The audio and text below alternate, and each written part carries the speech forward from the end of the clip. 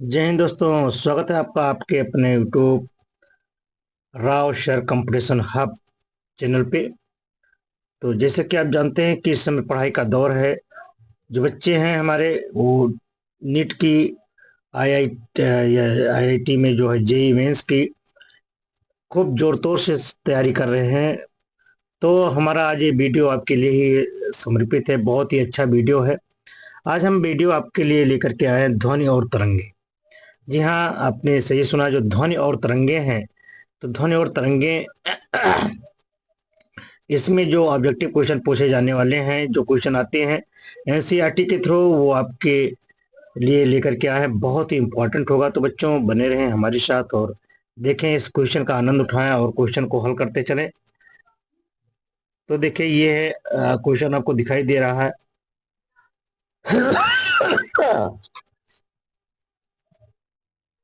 ये अप्रगामी तरंगे का क्वेश्चन है। ये आ गया, देखिए। कह रहा है कि अप्रगामी तरंग में एक निस्पंद और नजदीकी प्रस्पंद के बीच की दूरी कितनी होती है? तो एक एक अप्रगामी तरंग के निकटतम निस्पंद और प्रस्पंद के बीच की दूरी कितनी होती है, ये आपको ध्यान में रखना है। तो देखिए कैसे होते हैं। आपके मान लीजिए, ये देखिए।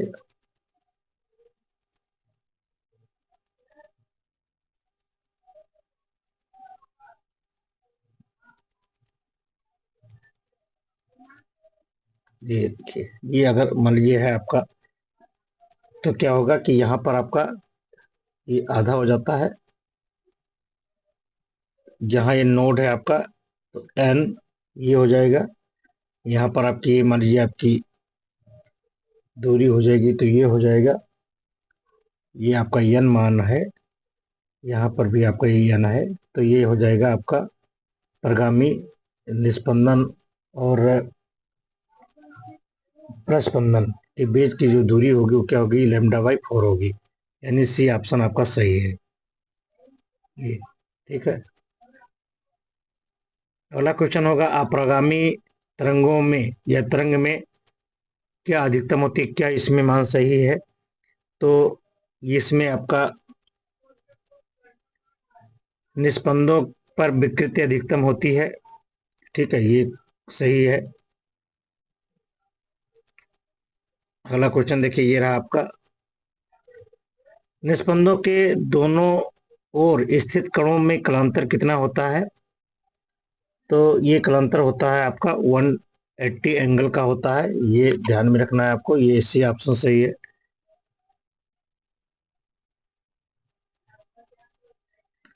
दो प्रगामी तरंगे y1 इक्वल टू ये साइन के एक्स माइनस सी टी तथा y ये साइन के एक्स सी टी पर अध्यारोपित होती है, तो क्रमागत निस्पंदों के बीच की दूरी क्या होगी? तो ये है आपका, तो ये होगा आपका, ये मान है के बाई के, पाई बाई के। ठीक है।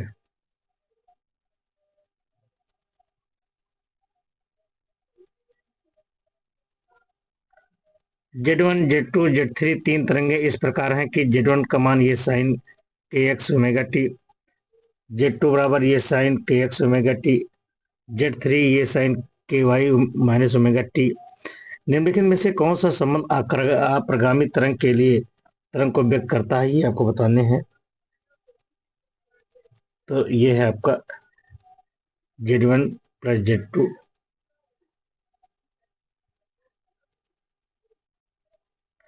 अप्रगामी तरंग y बराबर four sine pi x by 15 cos 96 pi t के लिए निस्पंदन व अगले प्रस्पंदन के बीच की दूरी कितनी होगी? तो वो होगी आपकी 7.5।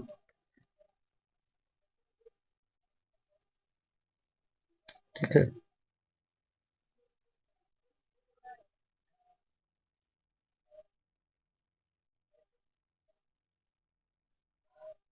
अगला देखिए। तने हुए धागे के अप्रगामी तरंग का समीकरण y बराबर 5 sine pi x by 3 cos 40 pi t द्वारा दिया गया है, जहां एक्स वाई सेंटीमीटर में व टी सेकेंड में है। दो आसन्न निस्पंदों के बीच की दूरी कितनी होनी चाहिए, ये आपको बताने हैं।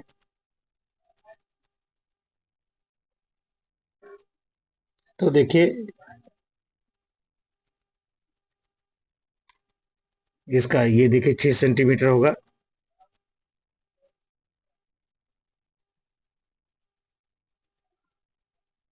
देखिए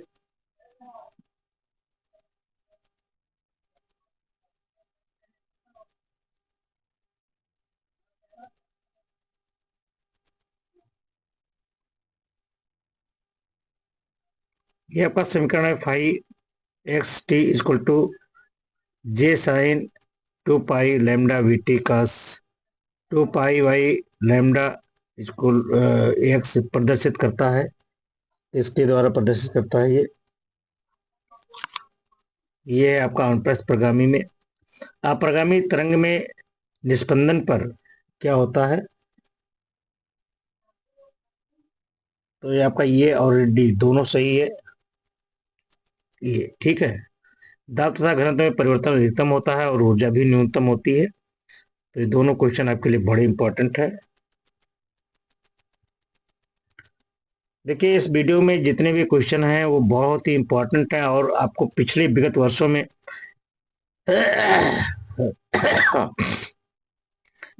जब जे मेंस नहीं हुआ करता था, आईआईटी होती थी, जिपमर, एससीआरए, यूपी सीट में होता था, मेडिकल की परीक्षाएं स्टेट लेवल पर हुआ करती थी, तो आपका ये पेपर है, बहुत इंपॉर्टेंट पेपर है आपका।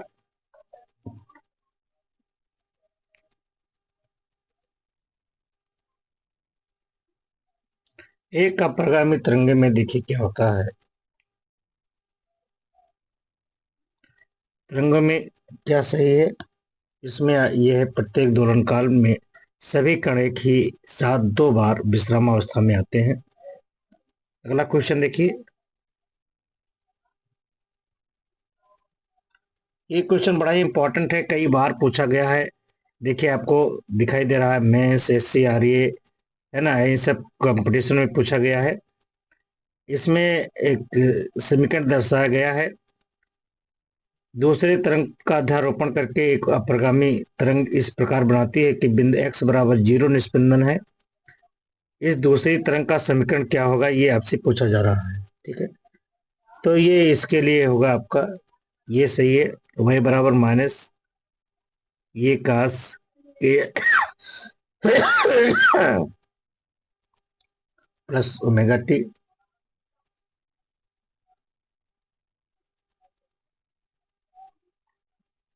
किसी क्षण का एक अप्रगामी अनुप्रस्थ तरंग की गति ऊर्जा अधिकतम है, उस क्षण डोरी कैसी होगी, तो समस्थित पर कणों की गतिज ऊर्जा अधिकतम होती है, ठीक है।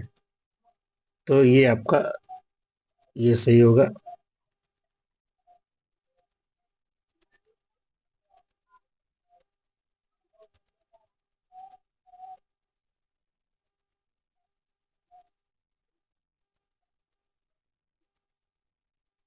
समीकरण y बराबर 0.15 साइन 5x कास 300t में अप्रगामी तरंग को प्रदर्शित करता है। इस अप्रगामी तरंग का तरंगदैर्ध्य क्या होगा, ये होगा 1.256। अगला क्वेश्चन कह रहा है कि अप्रगामी तरंग में परिस्पंदन में वह बिंदु जहां डी सही है, महत्तम विस्थापन एवं न्यूनतम दाब परिवर्तन होता है।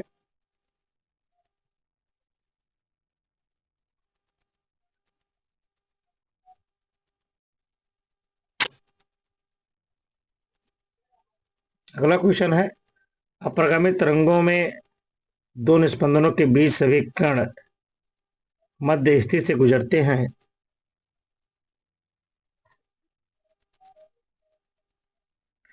एक ही समय पर भिन्न वेगों के साथ।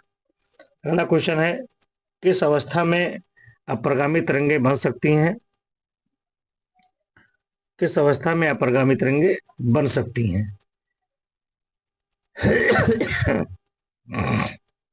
तो एक डोरी जिसका दोनों सिरे बंधे हो, ये भी बन सकता है।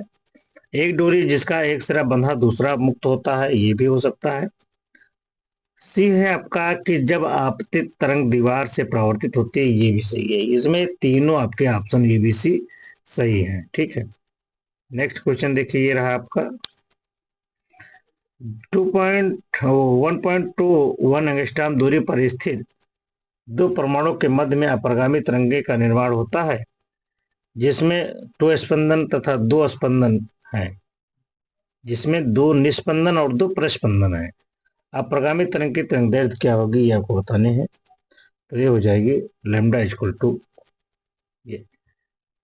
1.21 एंगस्ट्रॉम। ओके, नेक्स्ट क्वेश्चन ये रहा आपका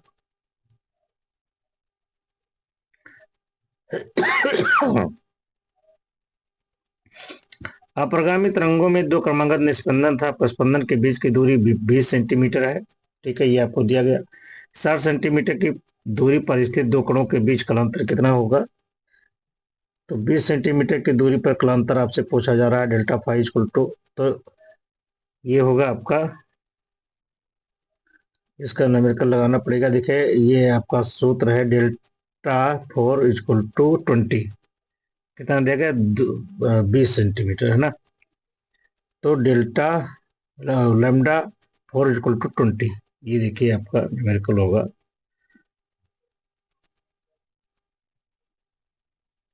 लैम्डा फोर इक्वल टू 20। ठीक है, lambda by four equal to 20। तो लैम्डा बराबर कितना हो जाएगा? 20 चौक 80। Lambda equal to 80 centimetre. तो डेल्टा फाइव बराबर हो जाएगा 2 pi by lambda into delta x. तो डेल्टा फाइव बराबर क्या हो जाएगा? 60/80। 60/80 इंटू 2 पाई इंटू 2 पाई हो जाएगा। तो इसका मान कितना हो जाएगा? 20 चौक 80 और 20 ते 60। ठीक है, तो ये हो जाएगा आपका 3 पाई/2। कहाँ है 3 पाई/2? ये सही है आपका। ठीक है, अगला क्वेश्चन कह रहा है कि किसी माध्यम में अपरगामी तरंगों की आवृत्ति 300 हर्ट्ज है तथा इस माध्यम में ध्वनि का वेग 1200 मीटर प्रति सेकंड है। दो क्रमागत निस्पंदन और प्रस्पंदन के बीच की दूरी आपको ज्ञात करनी है। तो ये हो जाएगा आपका 1 मीटर। ठीक है, यानी आवश्यक दूरी बटे लैम्डा बाई फोर। तो बी एन बटे एन इक्वल टू 4। तो ये कितना हो जाएगा? 1200/4 1200, 4 4 1200/4 × 300, है ना, ये हो जाएगा। मान रख देंगे तो ये आएगा आपका 1। ये मान आएगा। दी गई अनुप्रस्थ तरंगों में किन दो अध्यारोपण के अपरगामी तरंग का निर्माण होगा? तो होगा आपका पहला और दूसरा में। एक अपरगामी तरंग का समीकरण y बराबर ये साइन 100t cos 0.01x है। यहाँ ये तथा ये y तथा ये मिलीमीटर में t सेकंड में x मीटर में तरंग का वेग भी किस में होगा?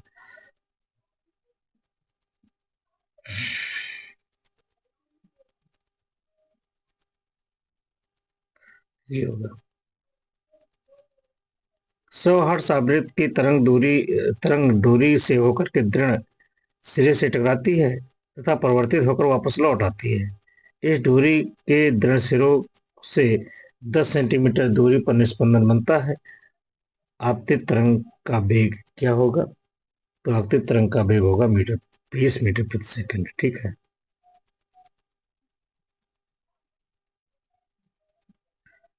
1000 हर्ट्ज आवृत्ति की तरंग डोरी से होकर के दृढ़ सिरे से टकराती है तथा परावर्तित होकर के वापस लौटती है। इससे डोरी के दृढ़ सिरे से 10 सेंटीमीटर की दूरी पर निस्पंदन बनता है। आपतित तरंग का वेग आपको ज्ञात करना है।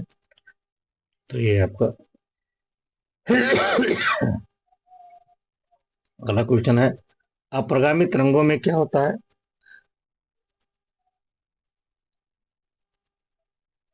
तो अप्रगामी तरंगों में ये होता है, ये भी सही है, निस्पंदन और पर ऊर्जा न्यूनतम और प्रस्पंदन पर तरंगे कैसी होते हैं? निस्पंदन पर ऊर्जा न्यूनतम होती है और प्रस्पंदन पर ऊर्जा अधिकतम होती है। ठीक है, ये पॉइंट है। नेक्स्ट क्वेश्चन आ गया, ये देखिए, समान आवृत्ति वाली दो तरंगे 20 मीटर प्रति सेकंड के वेग से एक दूसरे की ओर आ रही हैं, तो लगातार निस्पंदनों के बीच की दूरी कितनी होगी? तो ये होगी 10/n। नेक्स्ट क्वेश्चन है कि निम्न में से किस तरंग द्वारा ऊर्जा का संचरण नहीं होता है? तो होते हैं आपकी अप्रगामी के द्वारा।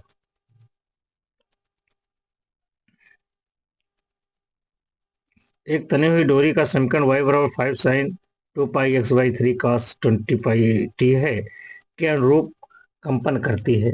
यहाँ x और y सेंटीमीटर में, t सेकंड में दो क्रमागत निस्पंदनों के बीच की दूरी क्या हो जाएगी? तो वो हो जाएगी आपकी 1.5 सेंटीमीटर।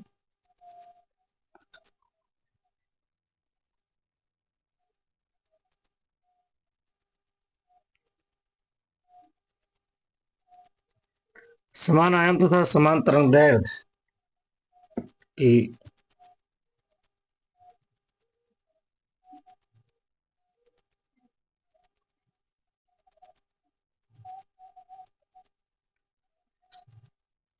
जब वक्रित तरंगे एक डोरी के अंदर 10 मीटर प्रति सेकंड की चाल से विपरीत दिशाओं में गमन करते हैं, डोरी में स्थित सभी कण 0.5 सेकंड के पश्चात एक साथ अपनी साम्य अवस्था को प्राप्त कर लेते हैं, तो तरंगों की तरंग दैर्ध्य क्या हो जाएगी? तो तरंगों की जो तरंग दैर्ध्य होगी वो क्या होगी? 10 सेंटीमीटर। अप्रगामी तरंगों को यह नाम इसलिए दिया गया क्योंकि इनमें क्या होती है? क्योंकि इनमें तरंग द्वारा ऊर्जा का प्रवाह नहीं होता है।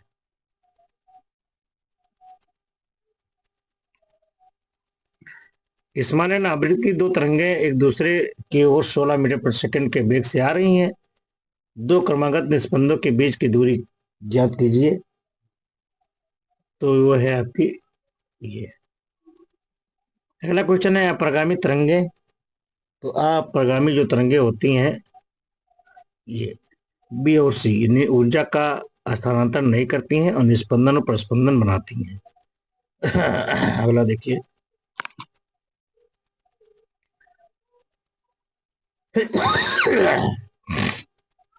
किसी अप्रगामी तरंग में क्या होता है कि ये दो क्रमागत निस्पंदों के बीच सभी कण समान कला के कंपन करते हैं। अगला क्वेश्चन है 32वां, जब एक अप्रगामी तरंग का निर्माण होता है तब आवृत्ति होती है।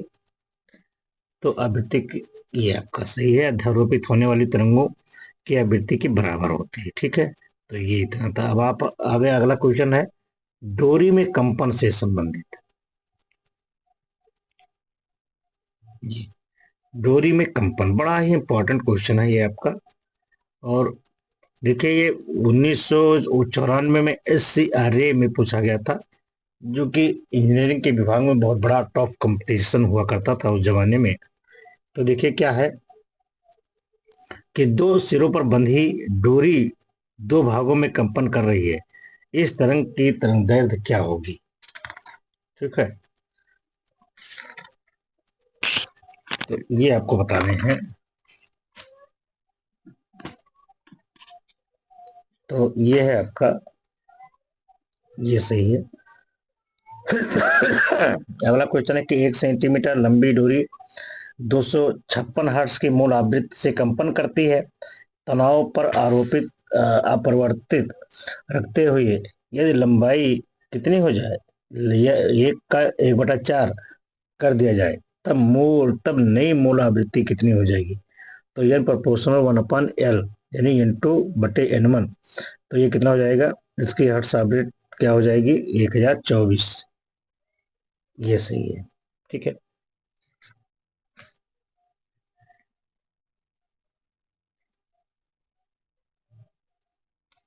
अगला क्वेश्चन है कि 10 मीटर लंबे डोरी के अप्रगामी तरंगों का निर्माण होता है तथा डोरी 5 लूपों में कंपन करती है।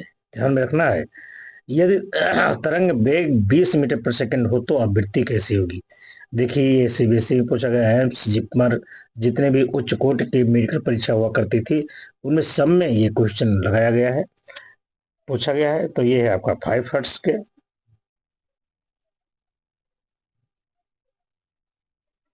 नेक्स्ट है कि एक तनी हुई डोरी में कंपन तरंग का वेग 2 मीटर प्रति सेकंड है। डोरी में प्रगामी तरंगे बनती हैं। निस्पंदन जिसके निस्पंदन 5 सेंटीमीटर दूरी पर है, डोरी के कंपन की आवृत्ति कितनी होगी, ये आपसे पूछा जा रहा है। तो ये होगी आपकी 20। ये सही। निम्न में से अनुप्रस्थ तरंग का उदाहरण कौन सा है। तो ये है आपका ये ध्वनि तरंगे, स्प्रिंग में उत्पन्न तरंगे, यानी डोरी में कंपन। ठीक है, तो कौन सही है आपका, ये सी सही है, डोरी में कंपन।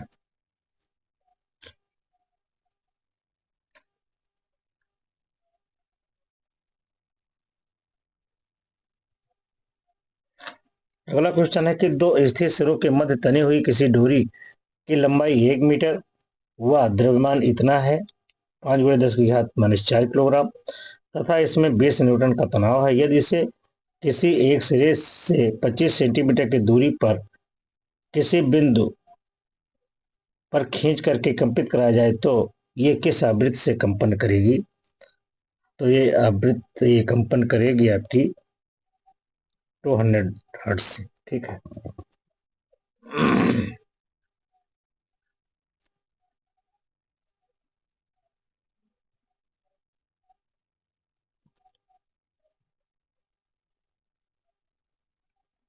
दो सर्वसम सोनोमीटर के तारों की मूल आवृत्ति 500 हर्ट्ज हुआ। इनमें से तनाव समान है।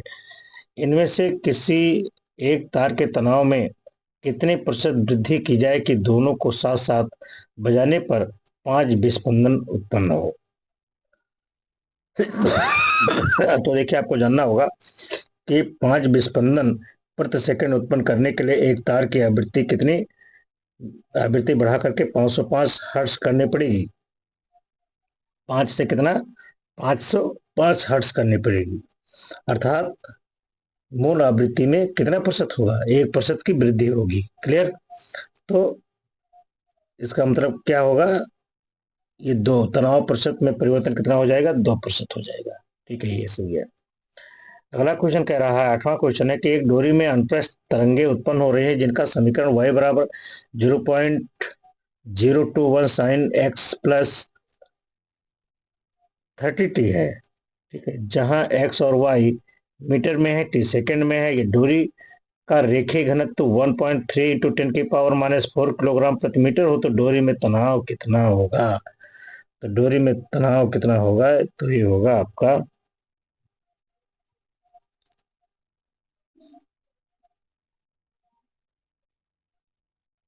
ये होगा डी ऑप्शन आपका सही है।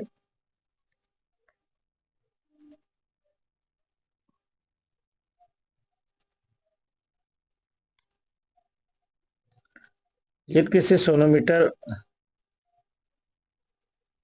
तार का तनाव 4 गुना कर दिया जाए तो तार की मूल आवृत्ति किस गुणांक से बढ़ जाएगी।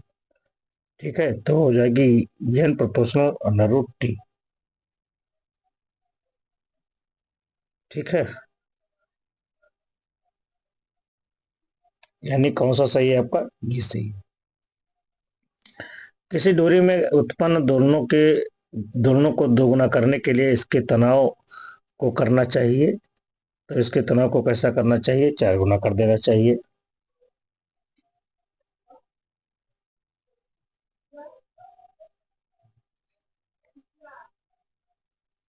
एक ही पदार्थ के बने 4 तारों की लंबाई का व्यास समान है। ये 1 सोनोमीटर पर कसे हुए हैं।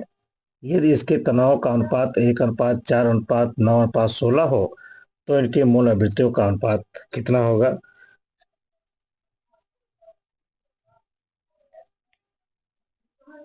तो इसका अनुपात होगा 1:1:3:4। ठीक है। अगला क्वेश्चन है कि एक स्वरित्र को 20 सेंटीमीटर लंबे तार के सोनोमीटर के साथ में बजाने पर 5 विस्पंदन प्रति सेकंड उत्पन्न होता है। यदि तार की लंबाई 21 सेंटीमीटर कर दिया जाए तो विस्पंदन आवृत्ति परिवर्तित नहीं होती है। स्वरित्र की आवृत्ति हर्ट्ज में कितनी होगी?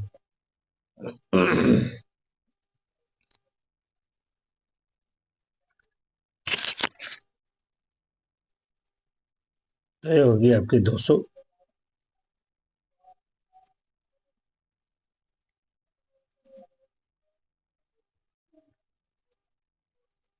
ये हो जाएगी 205। ठीक है।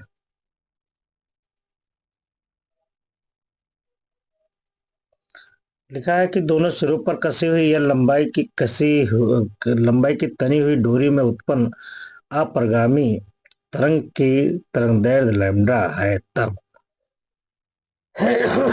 तब क्या होगा? तब ये लैम्ब्डा बराबर 2L/N होगा, यानी ये सही। ठीक है। 14वां क्वेश्चन दिया हुआ है, यह दोनों सिरों पर कसी हुई डोरी का 7वां सन्नादी उत्पन्न किया जाए तो डोरी में कितने निस्पंदन एवं प्रस्पंदन बनेंगे? ठीक है। तो उसमें 8 और 7 हो जाएंगे।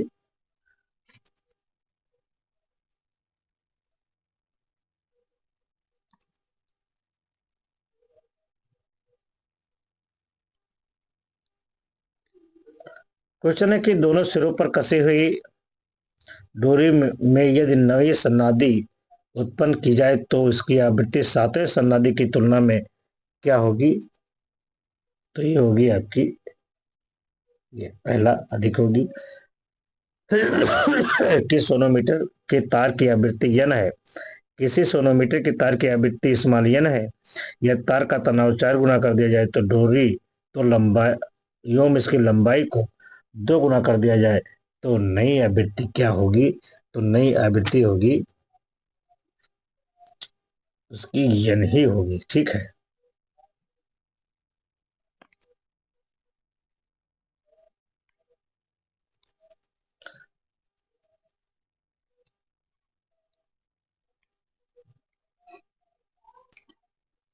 अगला क्वेश्चन है कि एक तनी हुई डोरी में कंपनों का परीक्षण करने वाला उपकरण कैसा होता है? तो होता है सोनोमीटर, यानी ऑप्शन आपका ये सही है।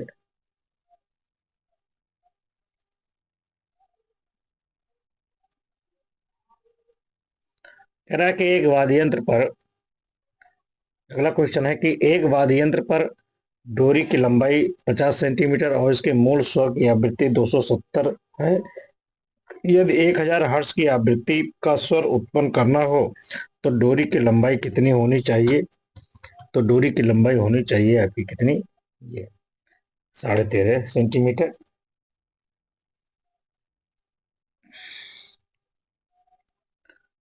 एक पियानो के तार में 10 N न्यूटन का तनाव है। दुगनी आवृत्ति का स्वर उत्पन्न करने के लिए तार में तनाव कितना होना चाहिए, ये पूछ रहा है। तो तार में तनाव आपका होना चाहिए 40 N के लिए।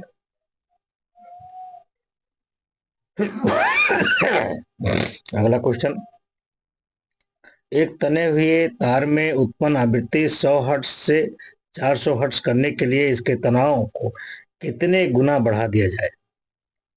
ठीक है। तो इसको बढ़ा दिया जाए कितने गुना? 16 गुना।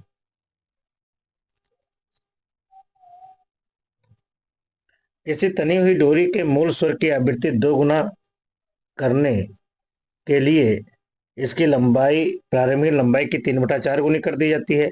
तो तनाव को किस गुणक से परिवर्तित करना होगा? तो इसे परिवर्तित करना होगा ये 9/4 से।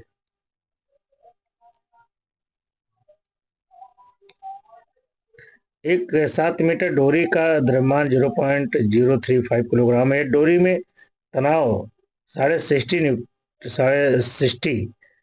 0.5 न्यूटन है। तब डोरी पर तरंग का वेग क्या होगा? तो होगा आपका 110।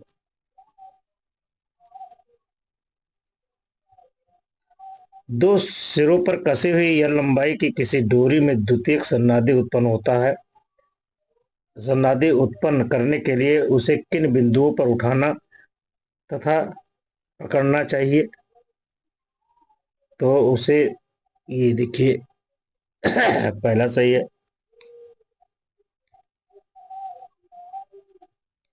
दूसरा है इस्पात के दो तारों ये तथा बी में समान आवृत्ति के अनुप्रस्थ तरंगें उत्पन्न की जाती हैं।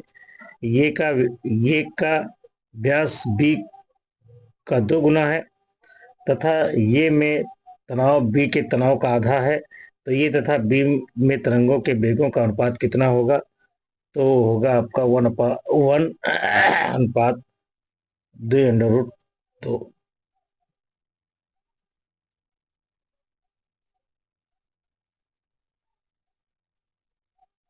ये क्वेश्चन है कि एक सोनोमीटर तार किसी दिए गए स्वरित्र के साथ में संसरित है तथा इस स्थिति में तार पर बनी अपरिगामी तरंग में दो वस्तुओं के बीच 5 प्रस्पंदन है, जबकि तार से लटकाया गया है। द्रव्यमान 9 किलोग्राम है। जब इस द्रव्यमान के स्थान पर यम द्रव्यमान को लटकाया जाता है तब तार में स्वरित्र के साथ में समस्वरित होता है तथा ब्रिजों की उसी स्थिति में तरंग में 3 प्रस्पंदन बनते हैं। यम का मान क्या होगा? तो यम का मान होगा आपका 25 किलोग्राम।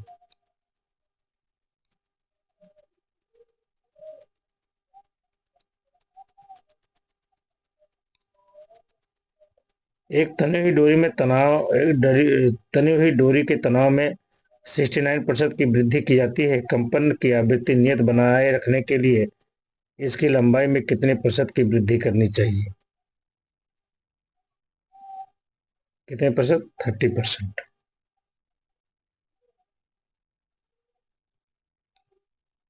250 हर्ट्ज की आवृत्ति में समस्वरित्र सोनोमीटर की तार की लंबाई 0.60 मीटर है। यदि इसकी लंबाई 0.40 मीटर कर दी जाए तो ये किस आवृत्ति के स्वरित्र के साथ में समस्वरित्र होगा? तो ये है आपका 375 हर्ट्ज के।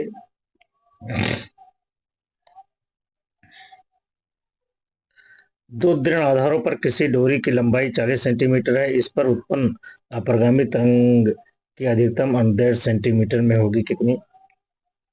तो ये होगी आपकी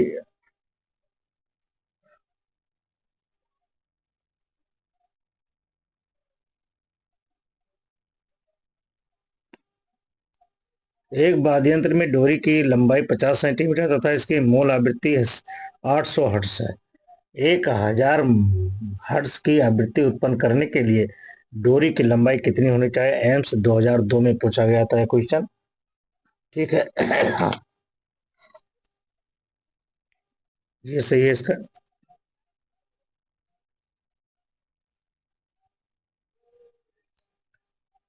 दो तार स्वैरक्य में है। इनमें से एक तार का तनाव 2% बढ़ाने पर प्रति सेकंड 5 विस्पंदन उत्पन्न होता है। प्रत्येक तार की मूल आवृत्ति कितनी होगी? तो ये होगी आपकी 50 हर्ट्ज की।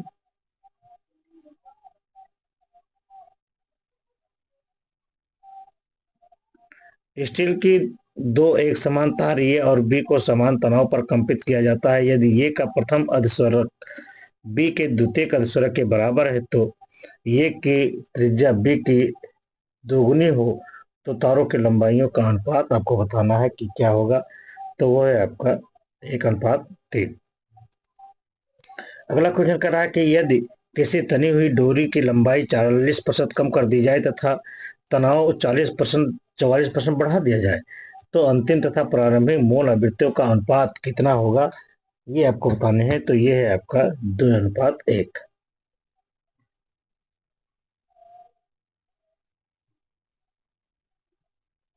दो तार एक सोनोमीटर में कसे हैं जिनके तनाव 8:1 अनुपात में है। इनकी लंबाई 36:35 के अनुपात में है। व्यास 4:1 के अनुपात में है। पदार्थों के घनत्व 1:2 में है। यदि इस अवस्था में निम्न आवृत्ति 360 हो हर्ट्ज हो तो विस्पंदन आवृत्ति क्या होगी जब दोनों तार एक साथ ध्वनित किए जाते हैं? क्या होगी? 10 होगी। अगला क्वेश्चन है कि दी गई लंबाई के किसी तनी हुई डोरी का प्रथम अधिस्वरक 320 हर्ट्ज है। इसका प्रथम सन्नादी क्या होगा? तो इसका प्रथम सन्नादी होगा आपका ये।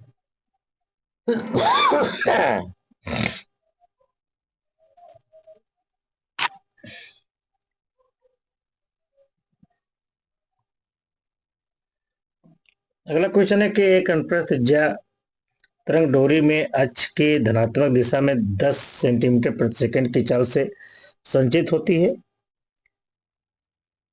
तरंग की तरंगदैर्घ्य 0.5 मीटर तथा इसका आयाम 10 सेंटीमीटर है। एक निश्चित बिंदु समय टी पर तरंग का चित्रानुसार 5 सेंटीमीटर विस्थापन पर बिंदु पी का वेग क्या होगा, ये आपसे पूछा जा रहा है।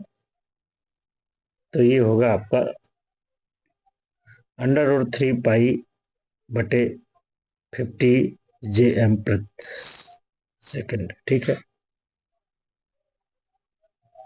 कौन सा है आपका?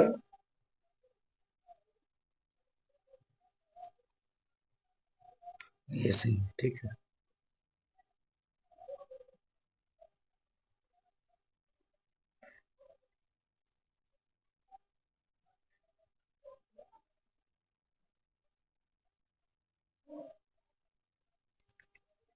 अगला है 392 हर्ट्ज आवृत्ति का एक स्वरित्र 50 सेंटीमीटर लंबी तनी हुई डोरी के साथ अनुनाद में है। यदि डोरी का तनाव नियत रखकर इसकी लंबाई 2% से हटा दी जाए और डोरी में स्वरित्र को पुनः एक साथ कंपित किया जाए तो उत्पन्न विस्फंदनों की संख्या क्या होगी, ये आपसे पूछा जा रहा है। ठीक है, तो ये है आपकी संख्या 8 होगी, यानी सी सही है। अगला क्वेश्चन है सितार से श्रोता तक आने में ध्वनि का प्रकार क्या होता है?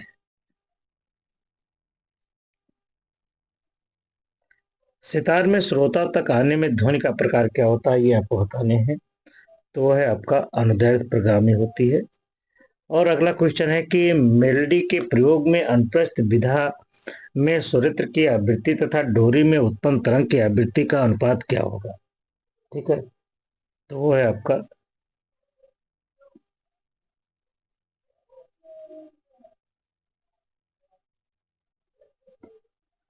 नेक्स्ट क्वेश्चन है कि एक तनी हुई डोरी में अनुप्रस्थ कंपनों की आवृत्ति 200 हर्ट्ज।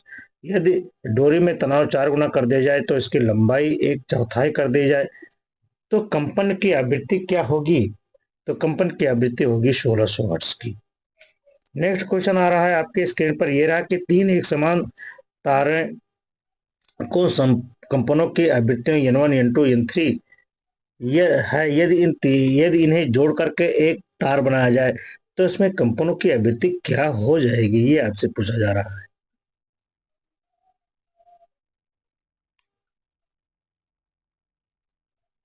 ठीक है, जब इनको जोड़ करके एक बनाया जाता है तो क्या होता है?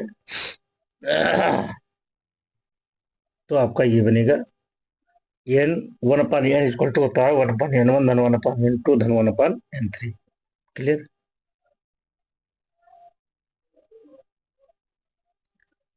100 सेंटीमीटर लंबी एक स्टील के छड़ को मध्य से कसा जाता है, यदि क्षण में उत्पन्न अनुदैर्ध्य कंपनों की मूल आवृत्ति 2.53 हर्ट्ज हो तो स्टील में ध्वनि की चाल कितनी होगी?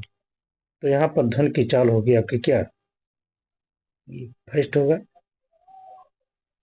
कौन दो तार समान आवृत्ति के मूल स्वर उत्पन्न कर रहे हैं, यदि एक ही कौन से राग को बदलने पर विस्पंदन सुनाई नहीं देंगे? विस्पंदन जो सुनाई नहीं देंगे वो कौन से हैं आपके? ये कंपनों का आयाम।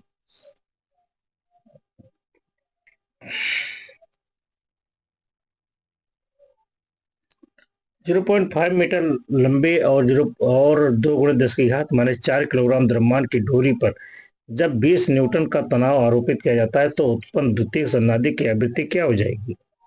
तो द्वितीयक सन्नादिक की आवृत्ति हो जाएगी ये 447.2 हर्ट्ज की। नेक्स्ट क्वेश्चन है कि 4 किलोग्राम भार से तनी हुई डोरी में मूल उत्पन्न स्वर की आवृत्ति 256 हर्ट्ज है।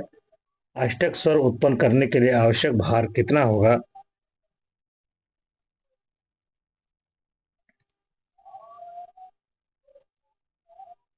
ये होगा, ठीक है।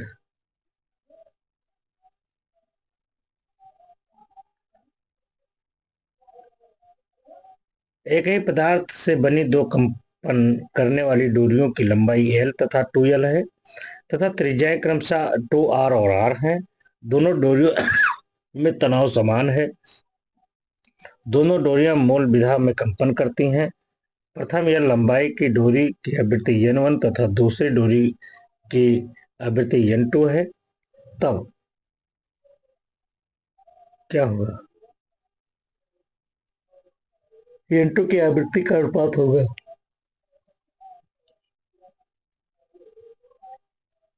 एक होगा। और अगला क्वेश्चन आ गया आपके स्क्रीन पर, ये रहा। एक सोनोमीटर तार के कंपनों की मूल आवृत्ति स्मॉल n यदि डोरी का तनाव और व्यास 2 गुना कर दिया जाए एवं डोरी का घनत्व आधा कर दिया जाए तो मूल आवृत्ति क्या हो जाएगी? तो मूल आवृत्ति होगी स्मॉल n के।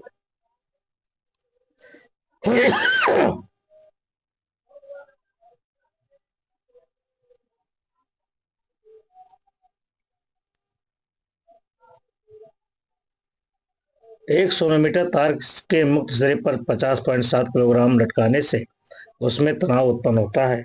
लटके हुए द्रव्यमान का आयतन 0.0075 मीटर क्यूब है। यूं तार के कंपनों के मूल आवृत्ति 260 हर्ट्ज है।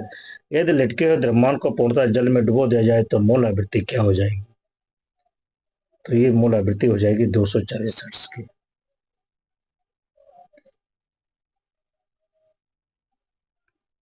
नेक्स्ट क्वेश्चन है, एक तनी हुई डोरी दो दृढ़ सिरों पर कसी हुई है। इस पर कंपन का समीकरण y बराबर cos 2 पाई t sin 2 पाई x है। तो डोरी की न्यूनतम लंबाई क्या होगी? तो न्यूनतम लंबाई होगी 1/2f।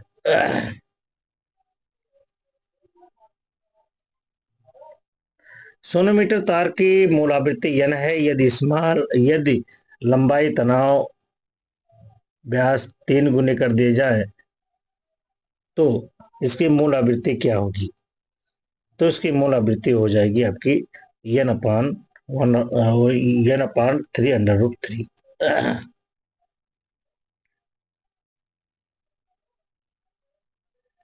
2 मीटर लंबी एक डोरी दोनों सिरों पर कसी हुई है। यदि डोरी 500 हर्ट्ज आवृत्ति से चौथी विधा में कंपन करती है तो तरंग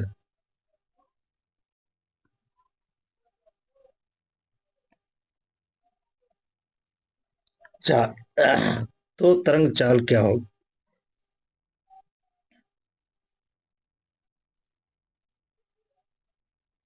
ठीक है।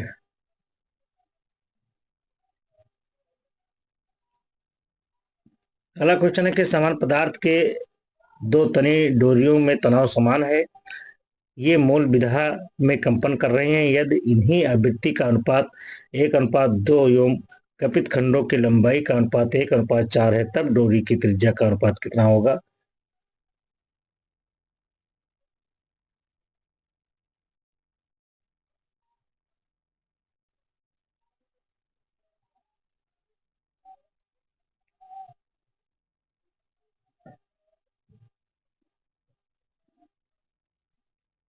ये होगा आपका,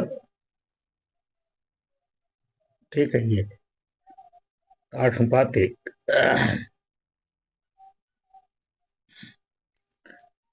किसी सोनोमीटर तार के कंपित खंड के लूप की लंबाई 1% में वृद्धि करने पर उसकी आवृत्ति में प्रतिशत परिवर्तन होता है।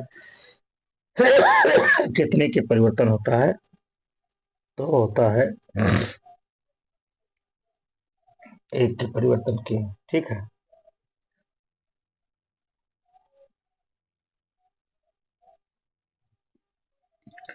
1 ग्राम द्रव्यमान के 20 सेंटीमीटर लंबी डोरी के दोनों सिरे स्थिर रखे गए हैं तथा इस रस्सी में 0.5 न्यूटन का तनाव है।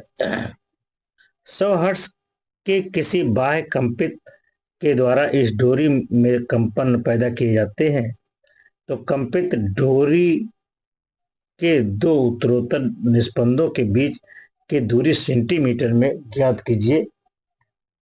तो वो है आपकी 5 सेंटीमीटर। कितनी? 5 सेंटीमीटर। अगला क्वेश्चन कह रहा है कि सोनोमीटर का कार्य क्या होता है? तो जो सोनोमीटर होता है ना, उसका काम होता है अनुनाद का। किसका काम होता है? क्या काम है? अनुनाद का। ठीक है। नेक्स्ट क्वेश्चन है कि एक डोरी के कंपन की आवृत्ति 200 हर्ट्ज, इसकी लंबाई को दुगना तथा तनाव को परिवर्तित करने पर डोरी की आवृत्ति 300 हर्ट्ज हो जाती है, तो परिवर्तित तनाव का प्रारंभिक तनाव से अनुपात क्या होगा? तो वो अनुपात होगा आपका, एक डोरी दृढ़ आधार से लटकी है, एक अनुप्रस्थ स्पंद इसके मुक्त सिरे से उत्पन्न होता है। स्पंद का वह वेग जिससे स्पंद यक्ष दूरी तय करता है वो समानुपाती होगा किसके?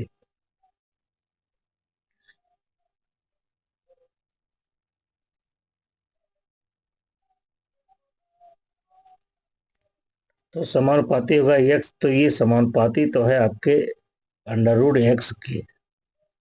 ये ठीक है। लेकिन ये होता नहीं है, ये कहीं आपके बीच में होगा, ये भी CD के अंतर्गत में ही दिया जाएगा। लेकिन आपको आंसर याद रखना है।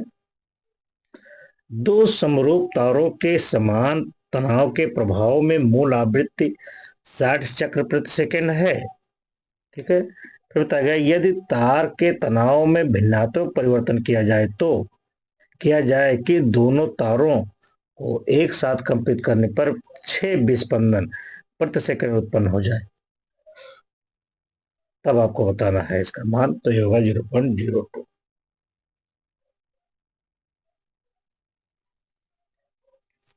सोनोमीटर का तार 4 किलोग्राम के भार पर 416 हर्ट्ज की स्वरित्र के साथ में मूल आवृत्ति से कंपित करता है। यदि सेतुओं के मध्य तार की यह लंबाई दुगनी कर दी जाए, तब इस स्थिति में मूल आवृत्ति विधा को बनाए रखने के लिए कितने भार को परिवर्तित करना होगा? तो इसमें भी आपको दिया गया है ये 16 kg। हालांकि ये है नहीं।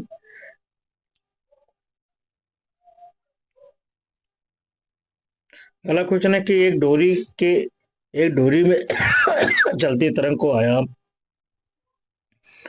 का आयाम 2 सेंटीमीटर। यह तरंग यक्ष की धन दिशा में 128 मीटर प्रति सेकंड की चाल से चल रही है और यह पाया गया है कि डोरी की 4 मीटर की लंबाई में 5 तरंगे समा जाती हैं। तो तरंग सूचक समीकरण क्या होगा? तो ये होगा आपका डी।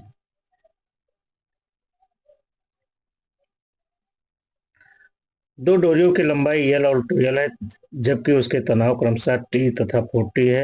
यदि डोरियां समान पदार्थ की हैं तो इन पर उनकी आवृत्तियों का अनुपात कितना होगा? तो इन पर अनुपात होगा 1:1। ठीक है।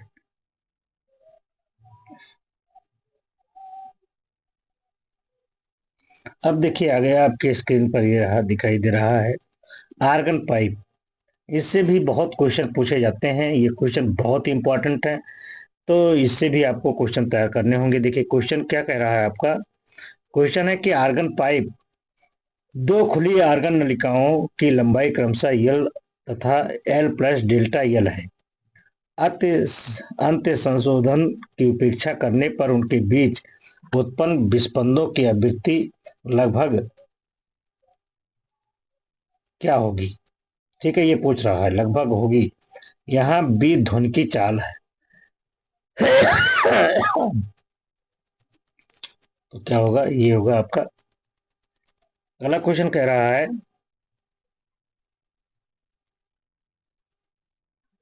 कि एक सिरे पर बंद बंद तथा हवा से भरी एक नलिका की मूल कंपन आवृत्ति 212 हर्ट्ज है। यदि ये नलिका दोनों सिरों पर खोल दी जाए तो उसमें उत्पन्न मूल कंपन आवृत्ति का मान आपको ज्ञात करने हैं। तो वो है आपका कितना, 1024 हर्ट्ज। अगला क्वेश्चन कह रहा है, तीसरा क्वेश्चन है कि एक बंद पाइप व खोले पाइप में प्रथम अधिस्वरक की आवृत्ति समान है, तब इसकी लंबाइयों का अनुपात कितना होगा, ये आप पूछा जा रहा है। तो ये अनुपात होगा आपका 3:4। ये देखिए अगला क्वेश्चन है, जिप्पर में पूछा गया था।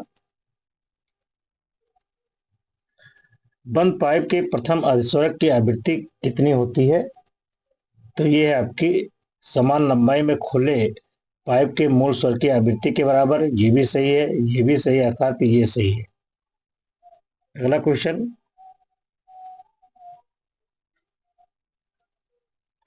एक खाली पात्र में कुछ पानी भर दिया गया है, तो पात्र में वायु स्तंभ में कंपनों की आवृत्ति क्या होगी।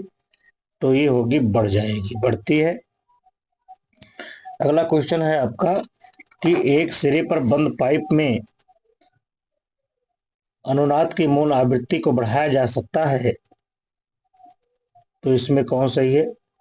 पहला है पाइप में भरी वायु को हाइड्रोजन गैस में बदल करके, बिल्कुल सही है।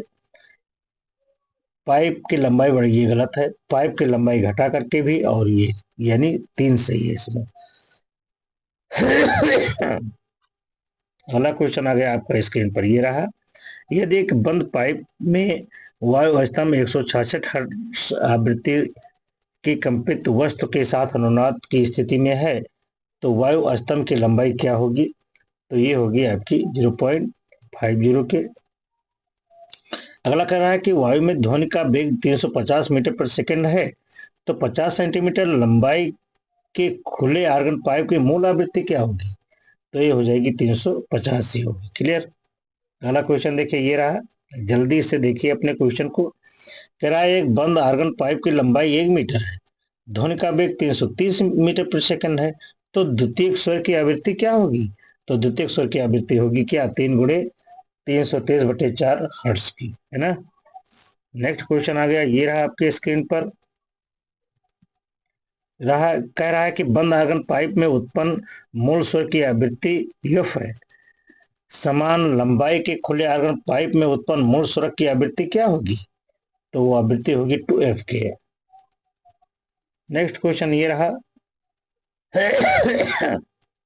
कि यदि वायु में ध्वनि का वेग 336 मीटर प्रति सेकंड हो, तो एक बंद पाइप में सुनाई देने वाली ध्वनि उत्पन्न करने के लिए पाइप की अधिकतम लंबाई कितनी होनी चाहिए। तो होनी चाहिए कितनी, 4.2 मीटर की होनी चाहिए। अगला क्वेश्चन है कि एक पाइप P1 जो कि एक सिरे पर बंद है, प्रथम अधिस्वरक उत्पन्न कर रहा है।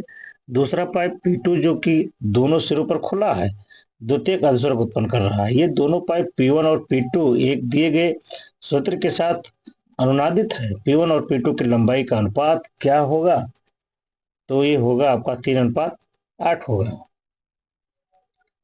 अगला क्वेश्चन देखिए इस तरह से है कि 20 सेंटीमीटर लंबा अनुनादी वायु स्तंभ 250 हर्ट्ज आवृत्ति के सूत्र के साथ अनुनादित है, तो वायु में ध्वनि का वेग कितना होगा। तो वायु में ध्वनि का वेग इस समय तक कितना हो जाएगा, 200 मीटर प्रति सेकंड हो जाएगा। नेक्स्ट क्वेश्चन ये रहा खुले बेलनाकार पाइप की मूल आवृत्ति वायु में F0 है। पाइप की आधी लंबाई पानी में डुबो दी जाए तो वायु स्तंभ की मूल आवृत्ति क्या होगी? तो ये हो जाएगी आपकी ये।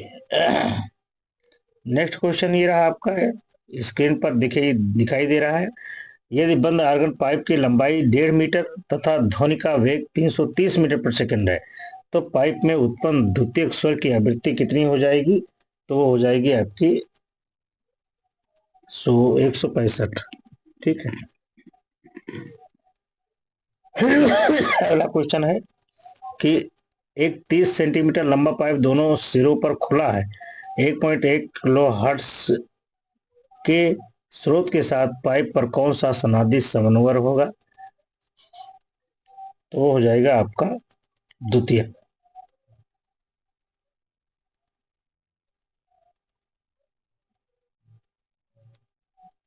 ठीक है। अगला देखिए, जब दो बंद आर्गन पाइप एक साथ बजाए जाते हैं तो प्रति सेकंड 40 विस्फोटन उत्पन्न होता है। यदि लंबे पाइप की लंबाई 1 मीटर हो तो छोटे पाइप की लंबाई की ध्वनि कितनी होगी? हाँ, तो उसकी लंबाई कितनी होगी? तो छोटे पाइप की लंबाई कितनी होगी ये पूछा जा रहा है। तो इसकी लंबाई होगी 94.9 सेंटीमीटर। नेक्स्ट क्वेश्चन आ रहा है आपकी स्क्रीन पर, ये रहा कि अनुनादी स्तंभ के लिए खुले सिरे पर स्थित एक ध्वनि स्रोत नली के अंदर दाब आयाम पी नॉट की एक ध्वनि तरंग भेजता है। यदि वायुमंडलीय दाब पी है तब नली के बंद सिरे पर अधिकतम व न्यूनतम दाब कितना होगा? तो होगा आपका ये।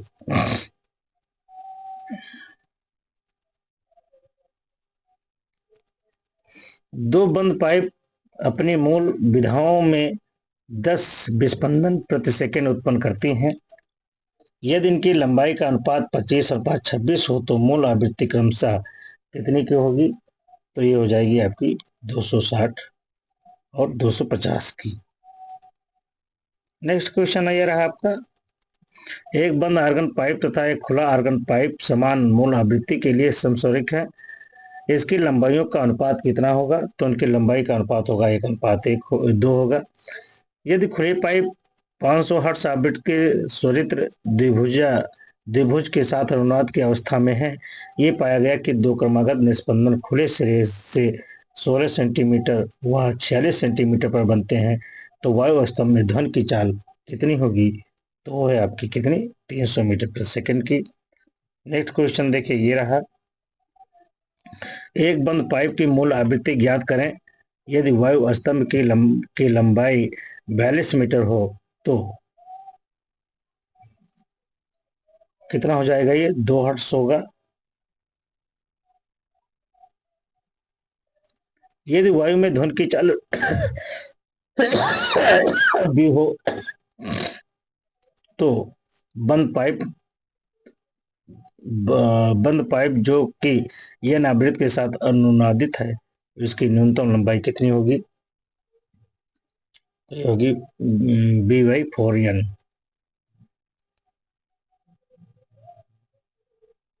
अगला क्वेश्चन है कि 0.48 मीटर लंबे खुले सिरों वाले पाइप के लिए मूल आवृत्ति 320 हर्ट्ज पाई जाती है। ध्वनि की चाल 320 मीटर प्रति सेकंड है। अब यदि पाइप एक सिरे को बंद कर दिया जाए तो मूल आवृत्ति क्या हो जाएगी? तो इसकी मूल आवृत्ति कितनी हो जाएगी? 1600 हर्ट्ज हो जाएगी। यदि बंद पाइप की मूल स्वर की आवृत्ति 50 हर्ट्ज है तो द्वितीय अंतस्वरक की आवृत्ति कितनी हो जाएगी? वो हो जाएगी 250 हर्ट्ज होगी। ठीक है। दो आर्गन पाइप की लंबाई 25 सेंटीमीटर और 25.5 सेंटीमीटर है। ये एक साथ कंपित होने पर 10 विस्पंदन उत्पन्न करती हैं तो ध्वनि की चाल कितनी होगी? तो ध्वनि की चाल इसमें होगी आपकी ये। दोनों सिरों से खुले हुए एक पाइप की न्यूनतम लंबाई क्या होगी जिससे यह 350 हर्ट्ज आवृत्ति के स्वरित्र से के साथ में अनुनाद में रह सकते हैं? ठीक है। तो वो कितनी है आपकी? 50 सेंटीमीटर। दो खुले आर्गन पाइपों को उनके मूल स्वरक के साथ एक साथ बजाने पर चार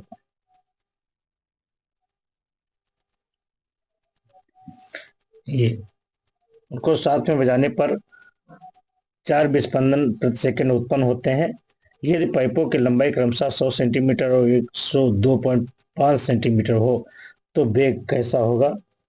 तो ये होगा 328 मीटर प्रति सेकंड। ठीक है। अगला क्वेश्चन कह रहा है कि एक सिरे से खुले हुए पाइप में कौन से सन्नादी उपस्थित रहते हैं? तो उसमें है विषम सन्नादी।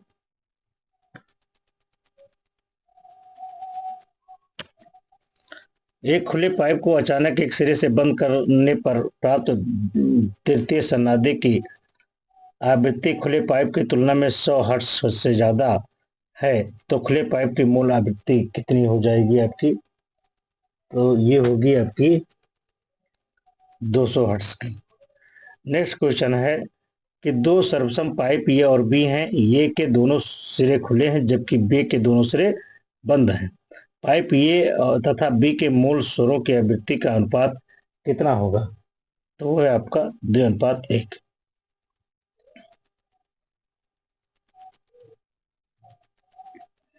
यदि तापक्रम बढ़ा दिया जाए तो आर्गन पाइप से उत्पन्न होने वाली ध्वनि की आवृत्ति कैसी होगी?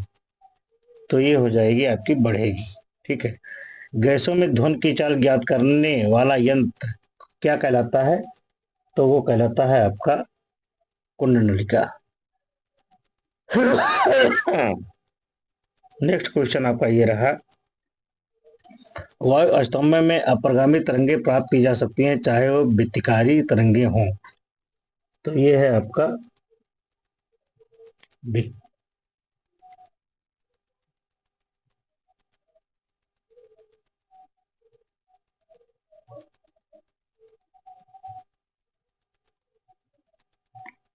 बंद आर्गन पाइप में अपरगामी तरंग y बराबर ये sine 2a sin kx cos omega t तथा इतना है। तो अध्यारोपण का परिणाम क्या हो जाएगा ये आपसे पूछा जा रहा है। तो इसका ऑप्शन ये होगा।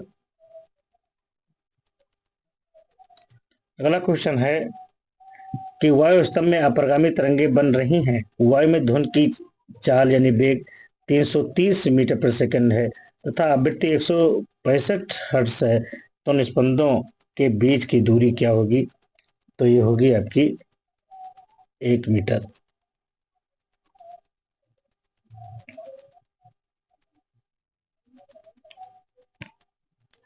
यह लंबाई का एक खुला पाइप मूल विधा में कंपन कर रहा है। दाब परिवर्धन अधिकतम होगा किसमें होगा? तो दाब परिवर्तन अधिकतम होगा पाइप के मध्य में। एक पाइप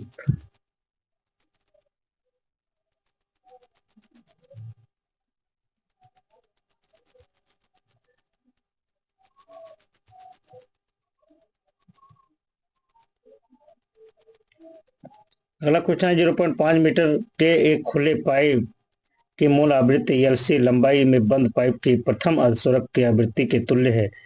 तो एलसी का मान मीटर में होगा क्या? तो ये होगा आपका, एक बंद आर्गन पाइप के मूल स्वरक की आवृत्ति 50 हर्ट्ज है। इससे किस आवृत्ति का स्वर उत्पन्न नहीं होगा? तो इससे ये आपका बी यानी ये उत्पन्न नहीं होगा। ठीक है।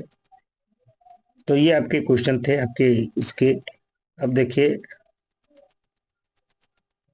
ये देखिए कुछ डॉपलर इफेक्ट्स के भी प्रभाव देख लीजिए। डॉपलर प्रभाव के भी कुछ आपके सवाल दिए गए हैं। कहता है कि आवृत्त के रूप में डॉपलर विस्थापन निर्भर नहीं करता है। किस पर निर्भर नहीं करता है? तो डॉपलर इफेक्ट के भी आपके क्वेश्चन होने चाहिए। तो ये है स्रोत के वेग पर निर्भर नहीं करता, ये सही है। ठीक है। अगला क्वेश्चन है आपका ये, एक मोटरसाइकिल स्थिर अवस्था में प्रारंभ करती है और एक सीधे रास्ते पर 2 मीटर पर सेकंड के सेकंड स्क्वायर से त्वरित होती है। तो मोटरसाइकिल के प्रारंभिक वेग पर एक स्थिर विद्युत भोंपू है। तो मोटरसाइकिल कितनी दूर पर गई जिससे कि ड्राइवर भोंपू की आवृत्ति मोटरसाइकिल के स्थिर अवस्था के मान का 94% सुन सकता है। तो ध्वनि की चाल इतनी है। तो ये आपको बताने हैं कि कितने मीटर दूर है। ठीक है, तो वो है आपका ये 98 मीटर दूर है। ठीक है, तीसरा क्वेश्चन है आपका ये, एक बैंड एफ आवृत्ति के संगीत बजाते हुए एक दीवार की ओर वी वेग से गतिमान है। एक मोटरसाइकिल चालक बैंड बी एम वेग से पीछा कर रहा है। यदि ध्वनि का वेग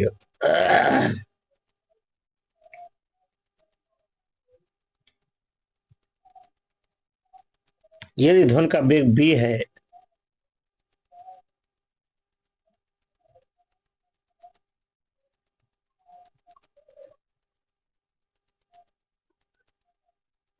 यदि ध्वनि का वेग कितना है, बी हो, तो मोटरसाइकिल चालक द्वारा सुनी गई विस्पंदों की आवृत्ति कितनी होगी?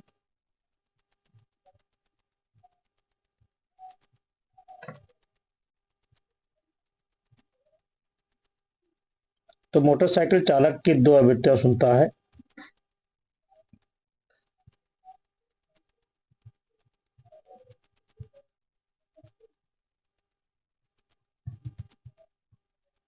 तो इसमें देखिए ऑप्शन आपको नहीं दिखाए गए हैं, कुछ त्रुटि हो गई है। अगला क्वेश्चन देखिए, ये है, ध्वनि का स्रोत तथा श्रोता दोनों ही ध्वनि की तरंगों की दिशा में चल रहे हैं। यदि ध्वनि स्रोत तथा श्रोता तीनों के वेग क्रमशः B B S B B not हो, तो श्रोता को सुनाई देने वाली आभासी आवृत्ति क्या होगी? ये पूछा जा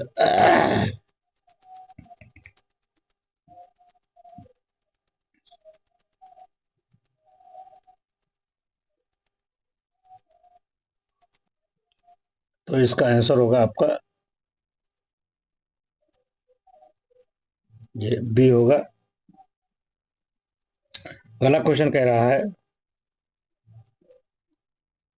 ये देखिए,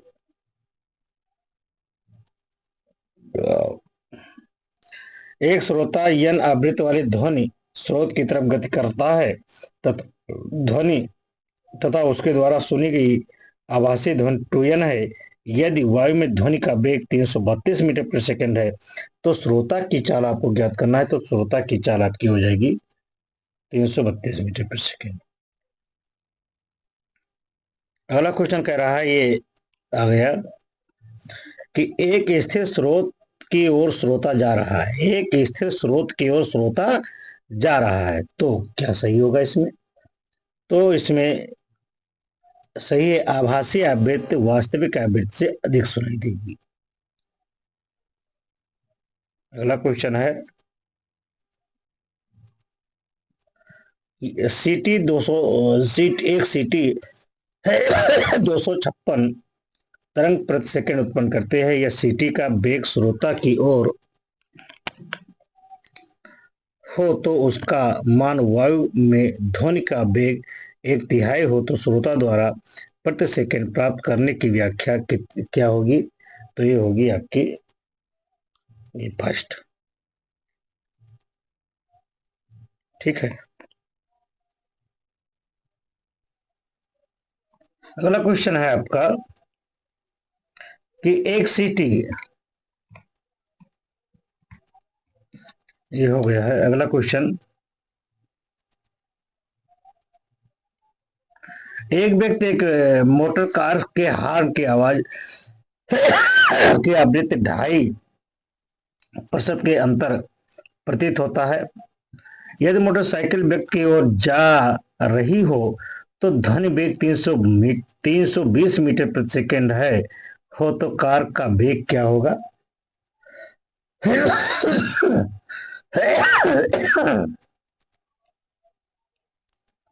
तो कार का वेग होगा 8 मीटर प्रति सेकंड। अगला क्वेश्चन कह रहा है कि दो रेलगाड़ी 108 किलोमीटर प्रति सेकंड की चाल से चलते हुए एक दूसरे को क्रॉस करती हैं, यानी आमने सामने जाती हैं। इनमें से एक गाड़ी सीटी देती है जिसकी आवृत्ति 375 हर्ट्ज है। यदि ध्वनि की चाल 330 मीटर प्रति सेकंड हो, तो दूसरी गाड़ी में बैठे यात्री को ट्रेन क्रॉस करने के बाद सुनाई देने वाली ध्वनि की आवृत्ति बतानी है कि वो कितनी है।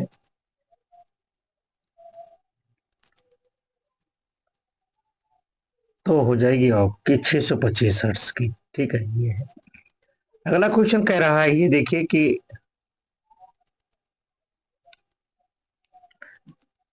अगला क्वेश्चन है कि एक श्रोता स्थिर ध्वनि स्रोत के सापेक्ष किस वेग से चले कि श्रोता के स्रोत की आवृत्ति से दुगनी आवृत्ति सुनाई दे, कि उसे स्रोत की आवृत्ति से दुगनी आवृत्ति सुनाई दे। ठीक है, तो वो आप चलेगा कैसे? ध्वनि की चाल से स्रोत की ओर। और अगला क्वेश्चन है, ये देखिए, 200 हर्ट्ज आवृत्ति का ध्वनि स्रोत ध्वनि के वेग b के बराबर b वेग से एक प्रेक्षक की तरफ आता है, तो प्रेक्षक भी समान वेग b से स्रोत से दूर जाता है, तो प्रेक्षक को सुनाई देने वाली आभासी आवृत्ति क्या होगी? तो वो है आपकी 200 हर्ट्ज की हो। और नेक्स्ट क्वेश्चन ये है कि डॉपलर प्रभाव किस घटना से संबंधित है? डॉपलर का प्रभाव किस घटना से संबंधित है? तो डॉपलर का जो प्रभाव है वो है ये तारत्व से संबंधित है। अगला क्वेश्चन है कि दो स्रोत ये और बीच 680 हर्ट्ज आवृत्ति के स्वर उत्पन्न करते हैं। एक श्रोता ये से बी की ओर नियत वेग यू से चलता है। यदि वायु में ध्वनि की चाल 340 मीटर प्रति सेकंड हो तो प्रति सेकंड 10 स्पंदन सुनने के लिए यू का मान कितना होगा? तो ये होगा आपका 2.5 मीटर प्रति सेकंड।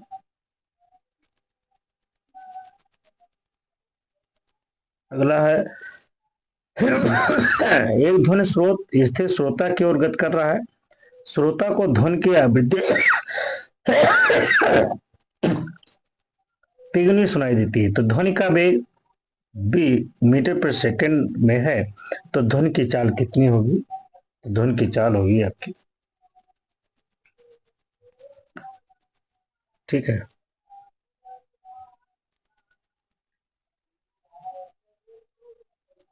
अगला क्वेश्चन है कि एक ध्वनि स्रोत किसी स्थिर श्रोता की ओर ध्वनि की 1/10 चाल से गति कर रहा है, तो आभासी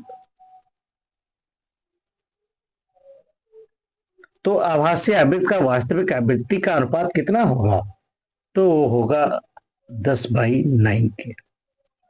अगला क्वेश्चन ये है आपका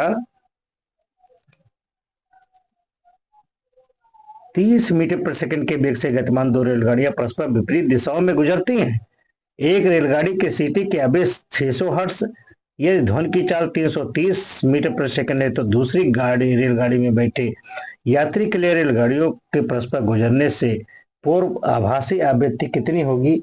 तो वो होगी आपकी 720 हर्ट्ज की। अगला क्वेश्चन ये है कि माना कि किसी दिए गए ताप पर हवा में ध्वनि की चाल 400 मीटर प्रति सेकंड है। यदि एक इंजन जो कि 100 मीटर प्रति सेकंड के वेग से एक श्रोता की ओर जा रहा है, तो 1200 हर्ट्ज सीटी की आवृत्ति की सीटी बजाता है, तो श्रोता द्वारा सुनी गई आभासी आवृत्ति क्या होगी? तो होगी आपकी 1600। और अगला क्वेश्चन ये रहा आपका कि शांत हवा में रेलगाड़ी 30 मीटर प्रति सेकंड के वेग से चलती है। इसकी सीटी की आवृत्ति 500 हर्ट्ज एवं ध्वनि की चाल 345 मीटर प्रति सेकंड है। तब इंजन के भाग के आगे और पीछे आभासी तरंग दैर्ध्य क्या होगी? ये आपको बताने हैं। तो ये होगी आपकी इतनी। और डॉपलर प्रभाव निम्न के लिए सत्य है, ये आपको बताने हैं। तो डॉपलर प्रभाव प्रकाश एवं ध्वनि तरंगों के लिए सत्य है। ठीक है, ये चीज हो गया।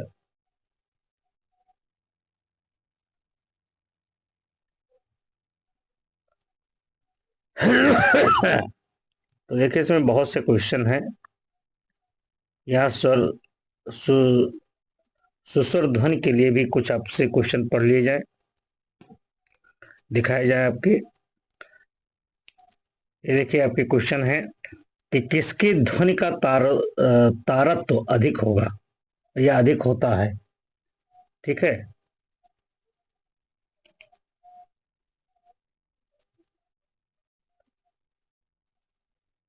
तो देखिए यहाँ पर किसकी ध्वनि का तारत्व अधिक होता है, तो यहाँ पर पहला है मच्छर का होगा।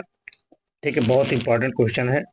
अगला क्वेश्चन कह रहा है कि गोलाकार ध्वनि स्रोत 4 वाट शक्ति तथा 400 तथा 800 हर्ट्ज आवृत्ति की तरंगदैर्घ्य उत्सर्जित करता है, तो 200 मीटर की दूरी पर तरंगों की तीव्रता क्या होगी, ये आपको बताने हैं। तो ये हो जाएगी आपकी 8 × 10⁻⁶ वाट प्रति मीटर स्क्वायर। अगला क्वेश्चन है, ये है आपका, यदि ध्वनि तरंगों का दाब आयाम को 3 गुना कर दिया जाए तो ध्वनि की तीव्रता कितने गुना बढ़ जाएगी, तो वो हो जाएगी आपकी ये।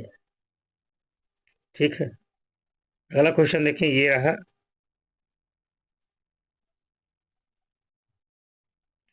यदि ध्वनि तरंगों का आयाम 2 गुना और आवृत्ति 1/4 कर दी जाए तब तरंग की तीव्रता क्या हो जाएगी, तो तरंग की तीव्रता 4 गुना घट जाएगी। और अगला क्वेश्चन है कि आई तीव्रता की ध्वनि का तीव्रता स्तर 30 डेसिबल है, तो अनुपात आई बटे आई नॉट क्या होगा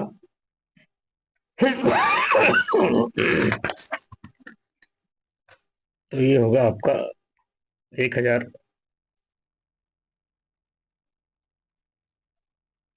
अगला क्वेश्चन कर रहा है कि डेसिबल इकाई किसकी है। ठीक है, तो डेसिबल जो इकाई है वो आपकी ध्वनि प्रबलता की है, यानी ये सी सही है। अगला क्वेश्चन है कि संगीत स्वर की गुणवत्ता निर्भर करती है, तो संगीत स्वर की गुणवत्ता निर्भर करती है उसमें उपस्थित आवृत्तियों पर। और अगला क्वेश्चन ये रहा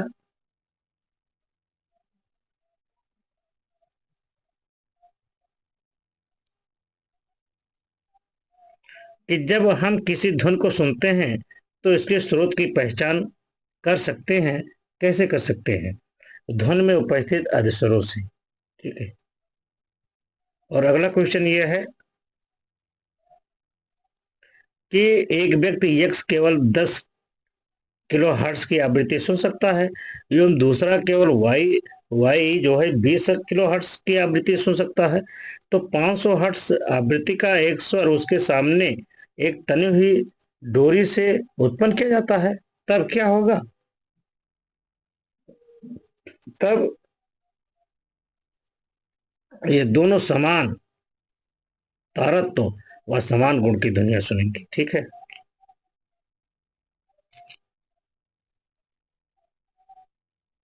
अगला क्वेश्चन कह रहा है, दो तरंगों के आयामों का अनुपात 5:2। यदि तरंगों के लिए अन्य सभी स्थितियां समान हों तो इनके ऊर्जा घनत्व का अनुपात कितना होगा।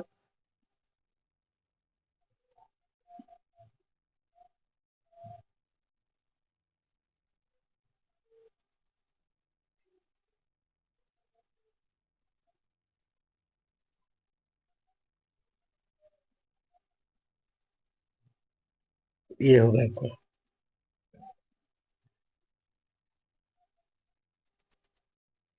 ठीक है, और अगला क्वेश्चन है, ये एक स्वर गा रहा है, उसी समय ये 1/8 आवृत्ति से बी स्वर गाने लगता है।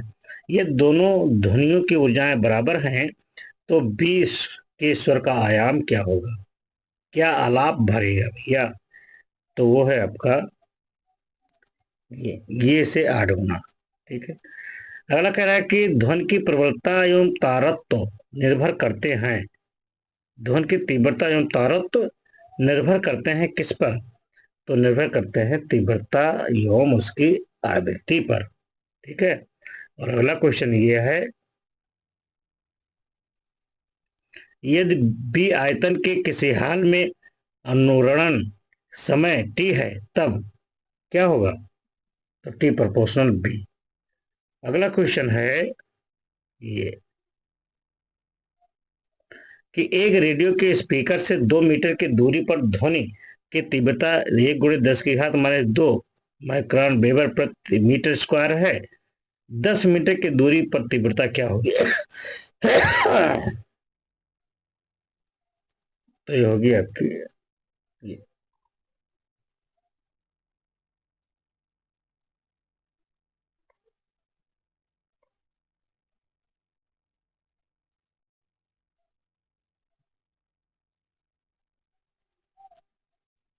किसी प्रत्यास्थ माध्यम में 1 मीटर दूरी तय करने में ध्वनि की तीव्रता 10% से गिर जाती है। यदि ध्वनि तरंग की प्रारंभिक तीव्रता 100 डेसिबल हो तो माध्यम में 3 मीटर चलने पर इसका मान क्या हो जाएगा? तो इसका मान होगा ये। ठीक है, तो ये आपके डॉपलर प्रभाव से भी कुछ क्वेश्चन थे। अब देखिए कुछ क्वेश्चन है आपके, ये क्रिटिकल से संबंध, ये आपके संबंधित है क्रिटिकल थिंकिंग से। और कुछ इसमें देखिए असर्शन और रीजन के भी क्वेश्चन आपको दिखा दें हम जल्दी से। कहाँ है असर्शन और रीजन के, क्योंकि समय कम है। ये तो फिगर पर आधारित क्वेश्चन है आपके, ये फिगर पर आधारित है। ठीक है, ये इस तरह के क्वेश्चन है। मैंने तो आपको चाहा था कि सभी क्वेश्चन को समझा दे, लेकिन ये असर्शन और रीजन के क्वेश्चन आ गए। ये पृथक्करण और कारण के इस तरह के क्वेश्चन आपके पास दिखाई देंगे। ये ठीक है, ये असर्शन और रीजन बहुत ही इंपॉर्टेंट क्वेश्चन है। 5-5 क्वेश्चन तो बिल्कुल पक्के पक्के आने ही हैं। चंद्रमा की सतह पर दो व्यक्ति एक दूसरे से बात नहीं कर पाते हैं और चंद्रमा पर वायुमंडल नहीं है, ये पृथक्करण है। और दूसरा, चंद्रमा पर ये वायुमंडल नहीं है। तो इसमें किस तरह से कौन सही है ये आपको बताने हैं। ठीक है। पृथक्करण और कारण के क्वेश्चन तो आप जानते हैं कि सही है गलत है, कौन किसका पुष्टिकरण करता है ना, इस तरह से आपको। तो देखिए इसमें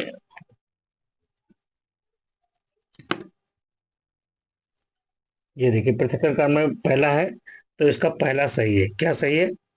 इसमें ये सही होगा। क्यों? क्यों ये सही होगा?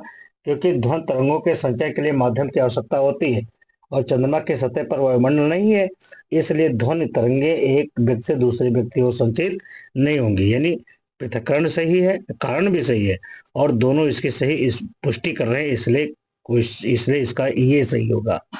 ठीक है, तो इस तरह से आपको ये क्वेश्चन दिखाए गए हैं। इस क्वेश्चन को आप पढ़ लीजिएगा, ये देख लीजिए, अच्छे से अच्छे क्वेश्चन हैं ये। इतने क्वेश्चन आपको दिए गए हैं। हमें उम्मीद है कि ये क्वेश्चन आपको अच्छे से समझ में आएगा। अगर आपको ये समझ में आए तो आप इस हमारे चैनल को सब्सक्राइब करें, आगे बढ़ाएं। ठीक है, हम फिर मिलते हैं आपको अगले वीडियो में। तब तक के लिए नमस्कार, जय हिंद।